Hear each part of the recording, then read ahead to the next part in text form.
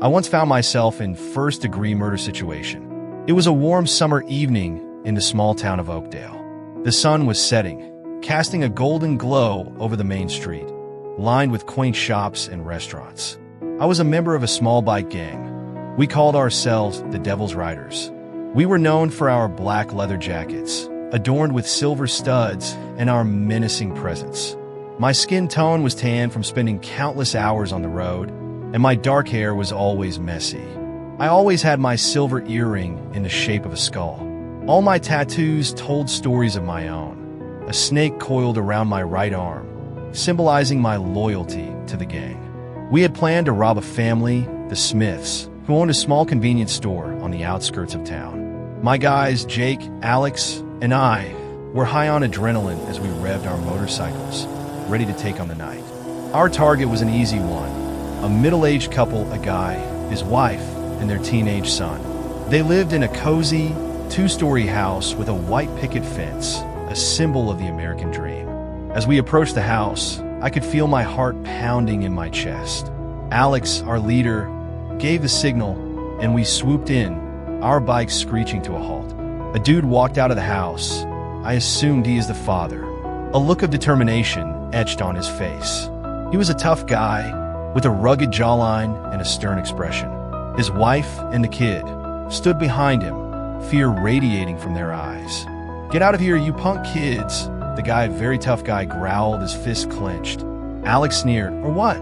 You'll call the cops?" This dude took a step forward, his eyes locked on Alex. "I won't need to. I can handle you myself." The tension was palpable. My gut was telling me to leave, but my loyalty to the gang kept me rooted. I could see the fear in the wife's eyes, the uncertainty in this guy's eyes. They were just a family trying to live their lives. "Hey, back off, man," I said, trying to defuse the situation. Alex shot me a warning look. "Stay out of this, Mike." But this dude had already taken another step forward, his massive frame towering over us. "You think you can intimidate me? I've dealt with scum like you before." The situation escalated quickly. Alex pulled out a knife, and the guy charged at him. The two clashed, punches flying there, in front of his family. His was cowered in fear.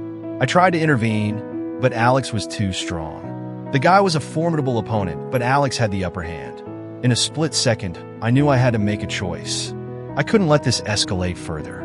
I grabbed Alex's arm, pulling him back. "Enough!" I shouted. Alex turned on me, his eyes blazing with anger. "You traitor!" The guy took advantage of the distraction, landing a solid punch on Alex's jaw.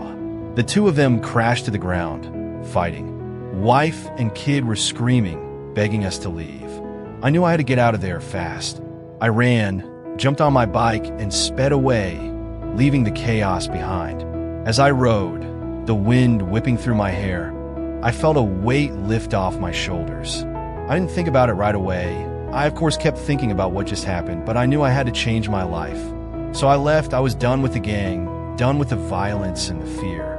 I rode to the outskirts of town, parked my bike, and called the cops. I told them everything, the planned robbery, the fight, and my decision to leave the gang. They arrived quickly, and I watched as they took Alex and Jake into custody. The guy, his wife, and the kids were shaken, but unharmed. They thanked me for stopping the fight, for saving them from what could have been a disastrous night. As I walked away from the scene, I felt a sense of hope, of redemption. I knew I had a long road ahead of me, but I was ready to face it. I was ready to leave my past behind. Thank you for watching. Share and subscribe.